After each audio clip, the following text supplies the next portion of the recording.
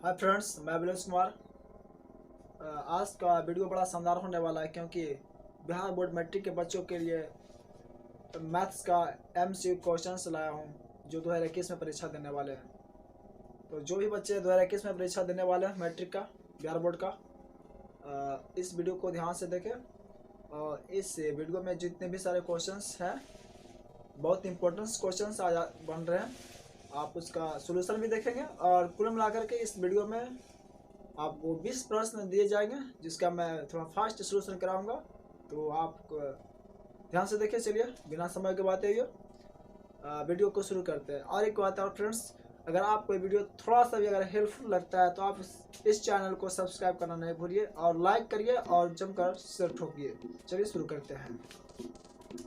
देखिए आपके सामने फर्स्ट प्रश्न दिख रहा होगा और मैं यहाँ से क्वेश्चन पढ़ाता हूँ। पेपर में लिख चुका हूँ मैं, आपको दिख रहा होगा, मुझे नहीं दिख रहा, मैं यहाँ देख रहा हूँ। ठीक है, पहला प्रश्न है cos 1 degree, cos 1 degree, cos 2 degree, cos 3 degree dot dot cos 90 degree, है ना। अब देखिए यहाँ पर इसका इतना बराबर क्या होगा, तो बताइए cos 1 cos 2 cos 3, यहाँ प्लस बना इंटू में, कितना है इंटू में, तो इसका वैल्यू हो जाता है 0। क्या हो जाता है 0, सॉरी 0 नहीं होगा 1 होगा। क्या होगा 1 होगा। तो देखिए cos अगर 1 से लेकर के cos 1 से लेकर के कहाँ तक जाएगा, 90 तक जाएगा। 1 2 3 4 5 इतना करते हुए कहाँ तक जाएगा, 90 तक। तो इसका मान कितना होगा 1 होगा। क्या होगा, लेकिन अगर जैसे ही हम 90 का पार करेंगे, cos 1 cos 2 dot dot dot cos 90 degree plus करेंगे, अर्थात 90 डिग्री से ऊपर जाएगा, अर्थात 91 चलाएगा। 90 डिग्री से ऊपर थोड़ा, तो क्या इसका मान 0 चलाएगा। कितना चलाएगा 0। ध्यान रखिएगा बात को, आया तो cos से तो 0 आ गया। इसी प्रकार से अगर रह जाएगा tan 1 degree, tan 2 degree dot dot dot tan 89 degree. ठीक है, tan 1 से लेकर tan अगर 90 डिग्री तो आपको दिखाई दिया क्वेश्चन आप दिखाई दे तो आप इसका सही उत्तर 1 चुनाव करिएगा। ठीक है, अब कैसे होता है इसका तो ऑब्जेक्टिव में तो सोल्यूशन नहीं बता सकता, लेकिन ध्यान रखिएगा 1 से 2 1 2 3 4 5 इस तरह से tan में रहेगा तो आप इसका मान 1 1 लिखेगा। आगे जैसा ही tan से 90 जाता है, tan 89 डिग्री से अधिक जाता है, अर्थात प्लस होता है, आगे बढ़ता है, तो या तो 90 चलाता है, तो इसका मान आप अगर 0 मारिएगा। क्या मारिएगा, ध्यान रखिएगा। तो चलिए नेक्स्ट क्वेश्चन की ओर देखते हैं। अगला प्रश्न आपको दिख रहा होगा, एक शंकु की त्रिज्या तथा ऊंचाई क्रमशः r और h है, तो इसका आयतन क्या होगा। तो शंकु का ऊंचाई दे रखा है और त्रिज्या भी दे रखा है। ठीक है, तो आप इसमें आयतन पूछ रहे हैं। क्या पूछ रहा है, आयतन।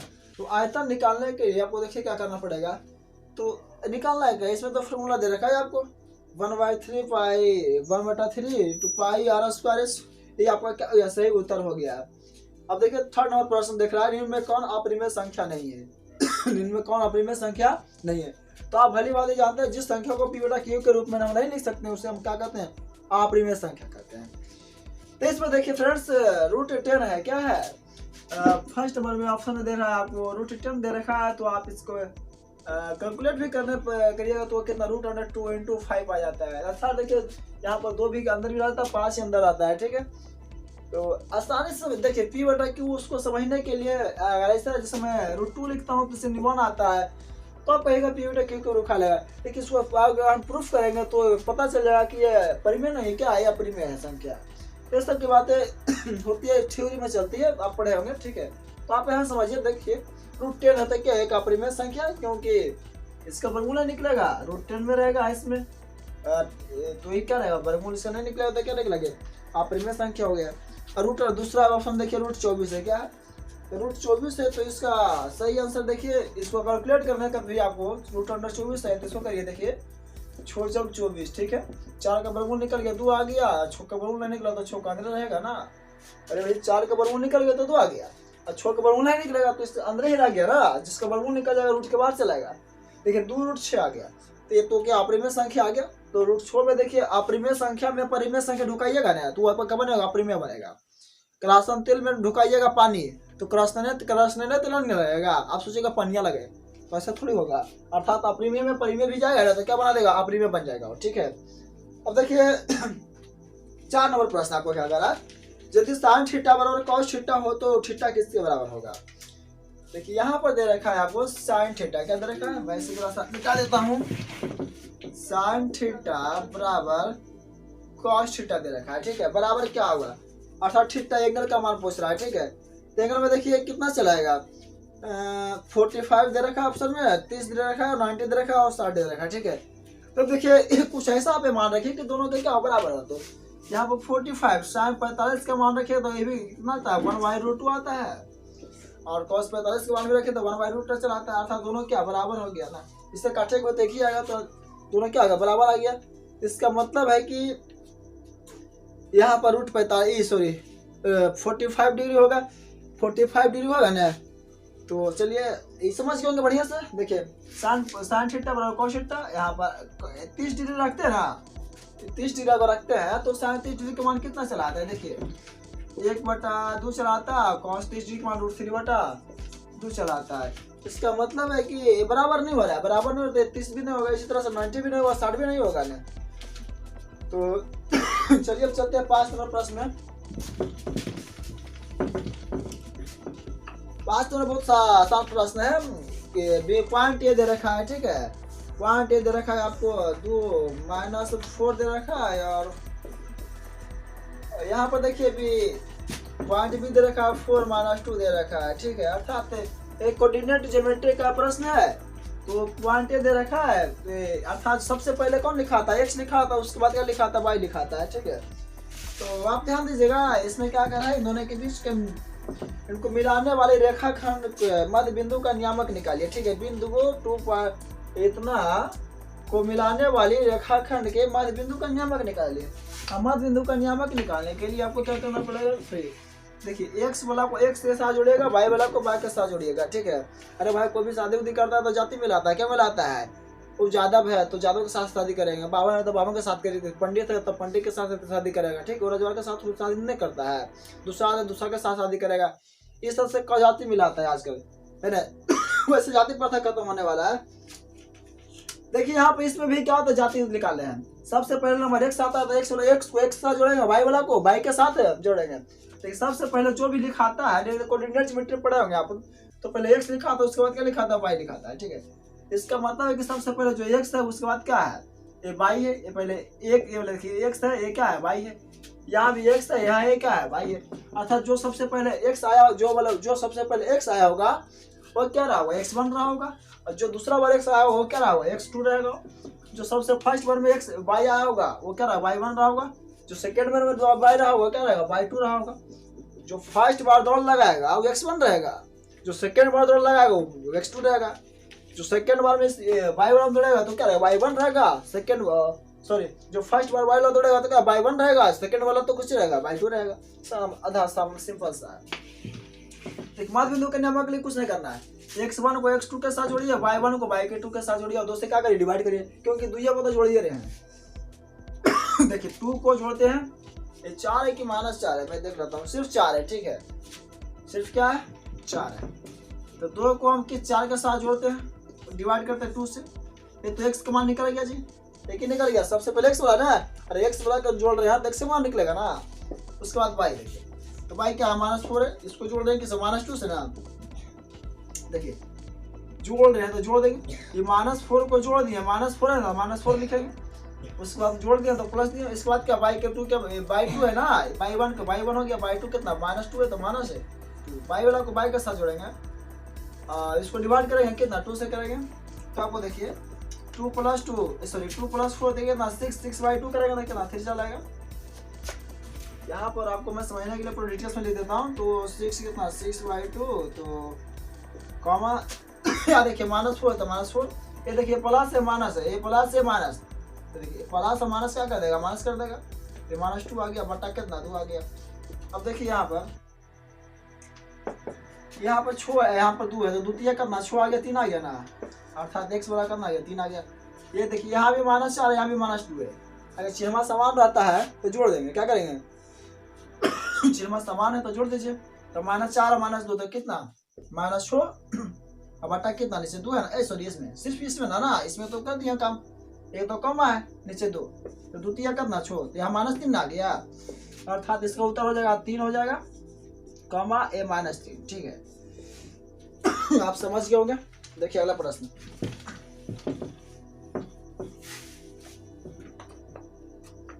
अगला प्रश्न कर रहा है किसी वृत्त के बाह्य बिंदु से P से दो स्पर्श रेखा है PA तथा PB खींची गई है, तो PA 4 सेंटीमीटर तो PB की लंबाई निकालिए।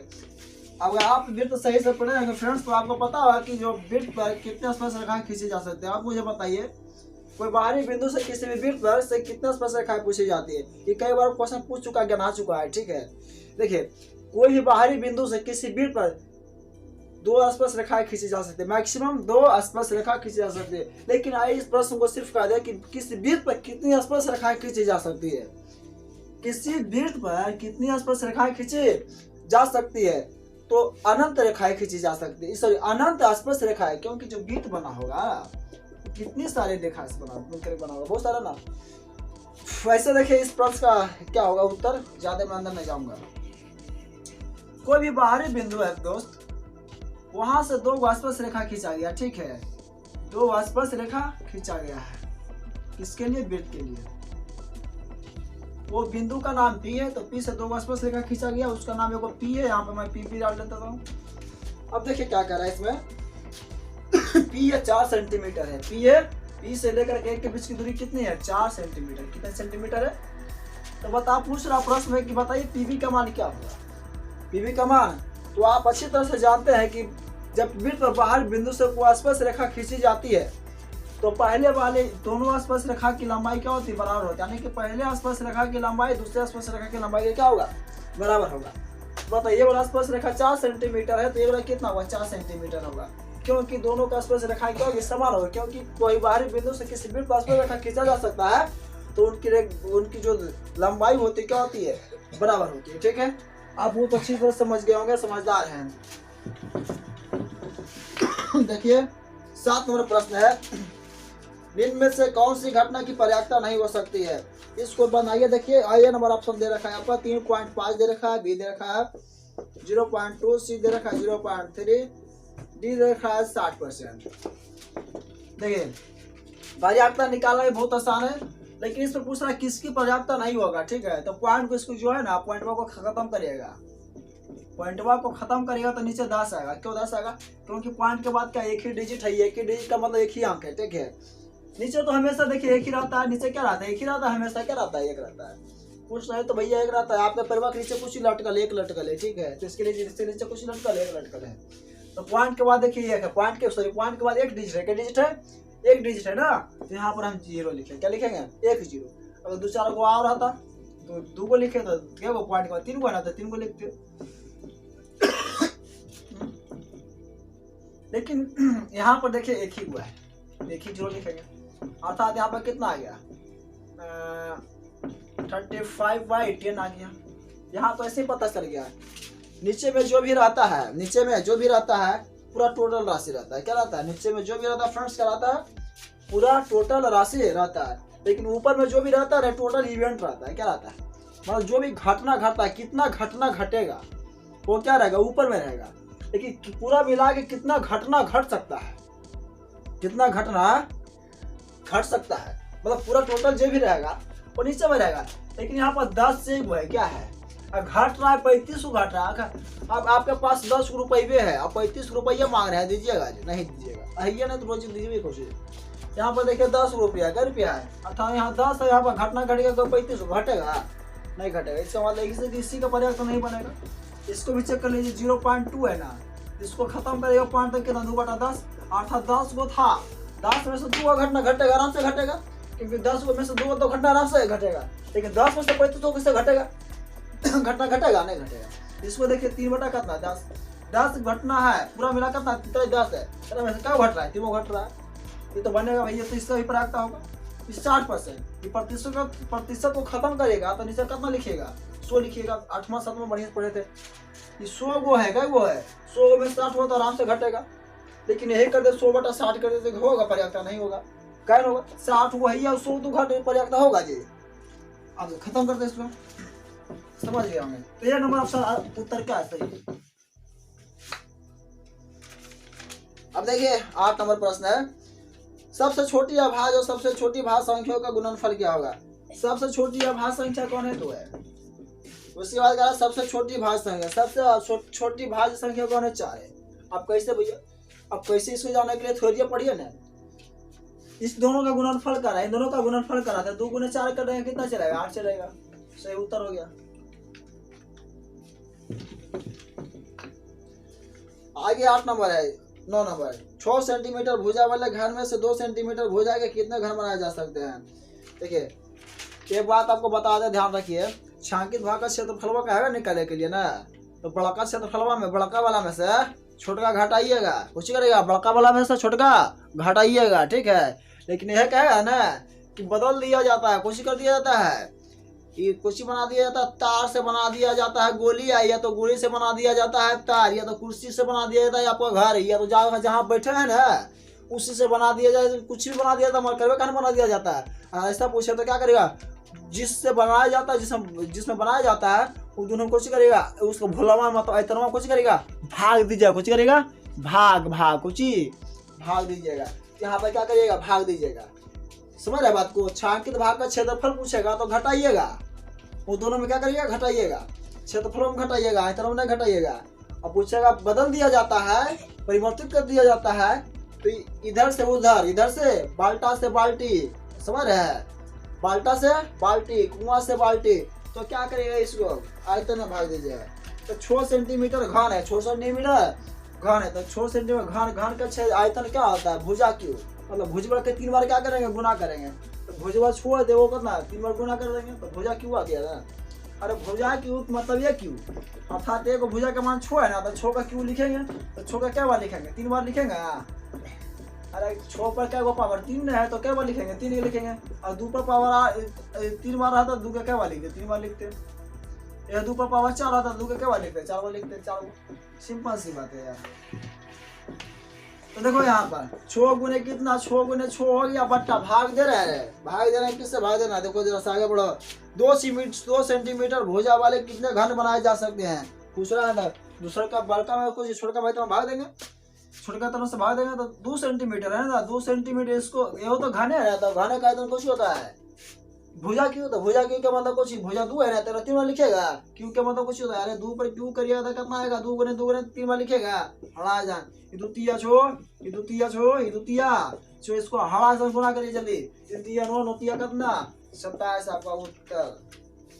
10 नंबर। यदि 2 त्रिभुज के क्षेत्रफलों का अनुपात 64:121 है, तो इनके संगत भुजाओं का अनुपात क्या होगा? देखिए एक बात आपको बताते हैं, ऐसा पूछ रहा है समरूप त्रिभुज का क्षेत्रफल का अनुपात रहेगा ना, अब पूछेगा भुजा का अनुपात पूछेगा, तो क्या करिए? जो उसमें जो देल रहेगा ना उसका वर्गमूल निकाल दीजिएगा। क्या करिएगा? उसका वर्गमूल निकाल दीजिएगा। और देल रहेगा उसमें भुजाओं का अनुपात देल रहेगा, क्या रहेगा? दूसरा का क्वेश्चन रहेगा यदि तो 2 समरूप त्रिभुजों का क्षेत्रफलों के भुजाओं का अनुपात मान लीजिए 3:4 है, तो उनके क्षेत्रफल का अनुपात क्या होगा? जो 3:4 दिया हुआ है ना उसको डायरेक्ट स्क्वायर कर दीजिए, मतलब कहिए वर्ग कर दीजिए। क्या करिए? वर्ग। अर्थात 3:4 ना बोले थे, तो 3 3 9 हो जाएगा अनुपात, और 4 का तो 4 4 16, अर्थात 9:16 उसका उत्तर हो जाएगा। ठीक है, तो देखिए यहाँ पर दे रखा है 2 का समरूप त्रिभुज है ना, तो उसका क्षेत्रफल दे रखा है 64 दे रखा है, 121 दे रखा है। ये तो क्षेत्रफलों का अनुपात दे रखा है एरिया का। इसका पूछ रहा है 60 का, पूछ रहा है भैया क्या होगा 60 का क्या होगा? तो 60 का निकालने के लिए 8 का वर्गमूल निकालने के लिए क्या करेंगे? 64 का वर्गमूल निकाले 8 हो जाएगा, 121 से 11 हो जाएगा, अर्थात 8:11 हो गया 60 का भुजा। चलिए 11 नंबर प्रश्न देखिए। 2 चर में दो एक घातीय समीकरणों के ग्राफ प्रतिच्छेदी रेखाएं हो तो हलों की संख्या क्या होगी? देखिए जो आप पढ़े ना घातीय समीकरण पढ़े ना, उसमें से कुछ 3 गो रेखा है, क्या गो है? 3 गो। देखिए 2 चर वाला रखी समझ, 2 घातीय 2 चर वाला रखी समझ, ठीक है। उसमें देखिए जो रेखा एक दूसरे को काटते हैं इसको प्रतिच्छेदी रेखा कहते हैं। क्या कहते हैं? अंग्रेजी में इंटरसेक्शन लाइन कहते हैं। यहाँ पर देखिए यहाँ से इसको काटा, यहाँ से इसको, कहाँ काट रहा है? यहाँ पर नहीं काट रहा है, कहाँ काट रहा है? अच्छा बात, कई बार काट रहा है? ये जो ऐसे करके ऐसे किए हैं, तो बीच में जो निकला है उससे डरवा वो कई बार काट रहा है? एक बार। अर्थात आपका हल कै गो निकलेगा? एक गो निकलेगा। अर्थात प्रतिच्छेदी रेखा होती है जब 2 रेखा एक दूसरे को काटती है एक बिंदु पर, एक निश्चित बिंदु पर, तब उस रेखा को हम क्या कहते हैं? प्रतिच्छेदी रेखा कहते हैं। तो अब यहाँ देखिए, यहाँ पर एक जगह काट रहा है ना, तो इसका मतलब है कि एक ही इसका हल निकलेगा। इसका मतलब केवल एक का हल निकलेगा। क्या निकलेगा? एक हल निकलेगा। ठीक है, इसका अब अगर रहता समांतर है, कुछ है, रेखा क्या है? समांतर है। एक कुछ जगह कट रहा है, कटे उटे रोजी रामा है इसमें, देखिए तो समांतर है ना। वैसे ऐसी रेखा जिसमें जो कभी एक दूसरे से मिलती करती नहीं है, उससे समांतर रेखा कहते हैं। उसके बात ही अलग है यार। देखो मिल रही है नहीं ना, अरे कहीं मिलेगा भी नहीं, क्योंकि समांतर है, पहला लाइन है। इसका मतलब है कि इसमें कहीं नहीं भी कट के रहा, इसका मतलब कुछ है, इसमें कोई हल नहीं निकलेगा। जब रेखा क्या होगा? समांतर, तो कोई हल। एक होता है संपाती होता है, क्या होता है? पूरा देखिए लो, संपाती। यहाँ पर ऐसे जा रेखवे पर रेखवे रहा है, रेखवे पर रेखवे, मत पूछो यार, कितना कई बार गया पता है। वो हड़ाले पूरा सुतले पर है पूरा संपाती रेखा, कुछ रेखवे पर रेखा, संपाती रेखा। कौन रे? संपाती रेखा।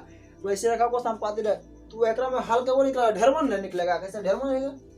आगे बढ़ो यार, ज्यादा बात नहीं करेंगे। समांतर श्रेणी 54 का मान 48 45 में 10वां पद कुछ होगा। 10वां पद है, 10वां पद देखो क्या होगा। अर्थात टर्न ऑफ नंबर कितना का रहा है? 10 का रहा है। आने की 10वां पद, कौन पद? 10वां पद निकालने का रहा है ना। तो देखिए 10वां पद क्या होगा यहाँ पर।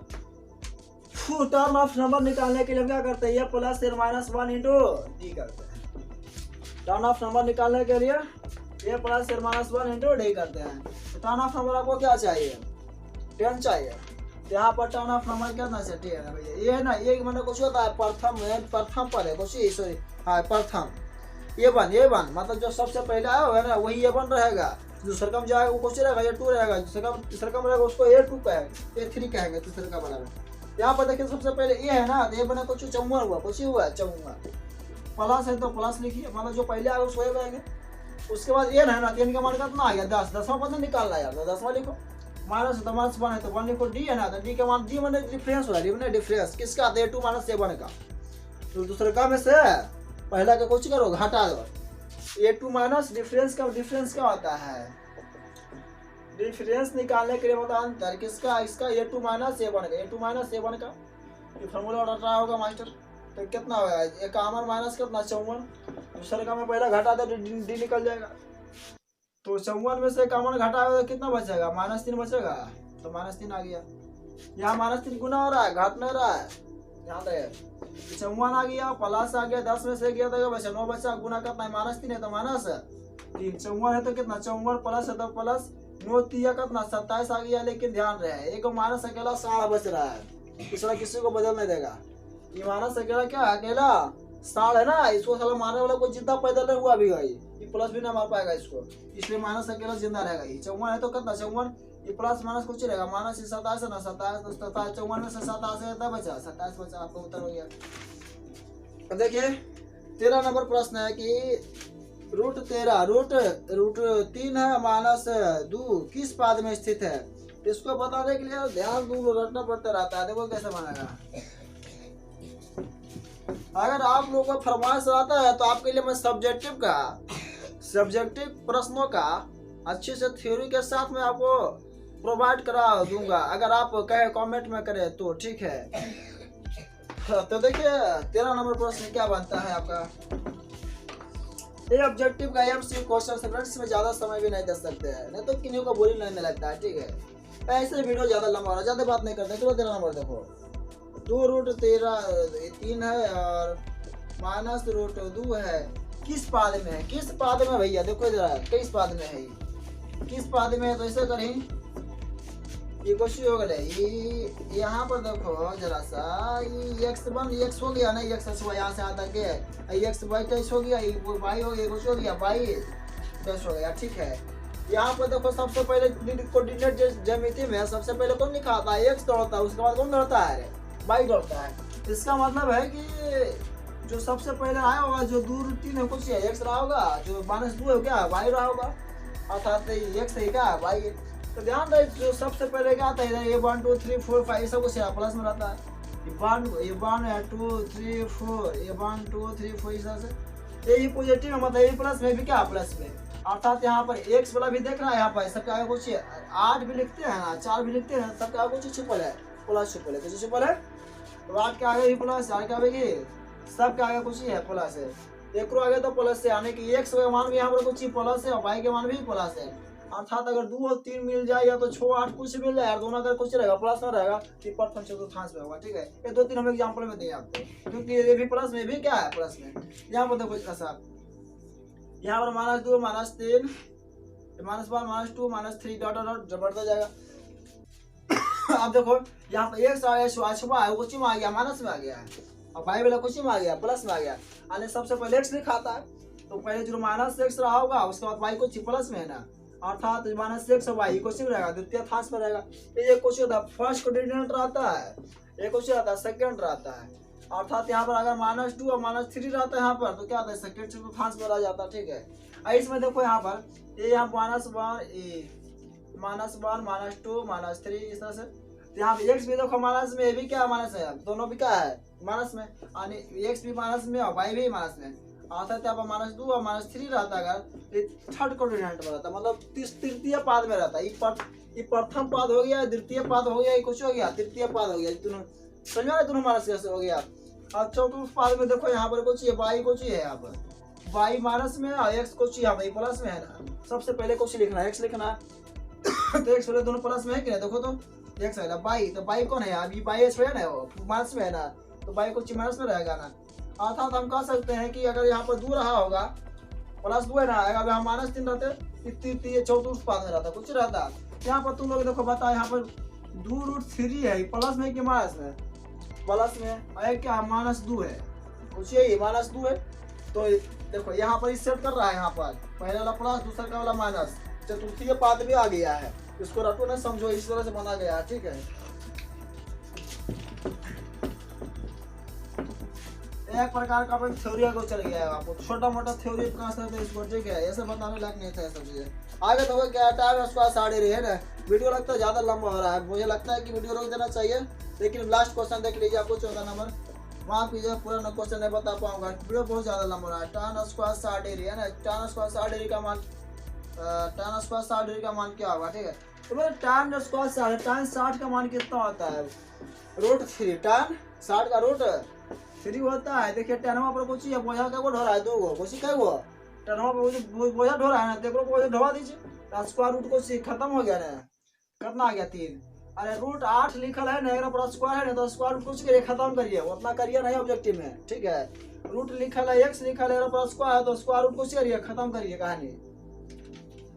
उसी प्रकार से देखिए इसका मान कितना आ गया है, स्क्वायर रूट खत्म होगा, कितना आ गया 3 आ गया ना आपका उत्तर, अर्थात आपका उत्तर कौन हो गया बी वाला हो जाएगा सारे। आगे देखो आगे नहीं देख पाऊंगा फ्रेंड्स, कुल मिलाकर मेरे पास 20 क्वेश्चंस थे। ठीक है, तो मैं तुरंत लगे हाथ उस क्वेश्चंस को भी मैं करा दूंगा अगले वीडियो में। और इस वीडियो को थोड़ा सा अगर हेल्पफुल लगता है तो आप इस चैनल को लाइक करना नहीं ठोकिए भैया, आपका लाइक हमारे लिए मोटिवेशन बढ़ाता है, आपके लिए मैं समय निकालता हूँ। ठीक है फ्रेंड्स, अब मिलते हैं अगले वीडियो में जल्दी। जय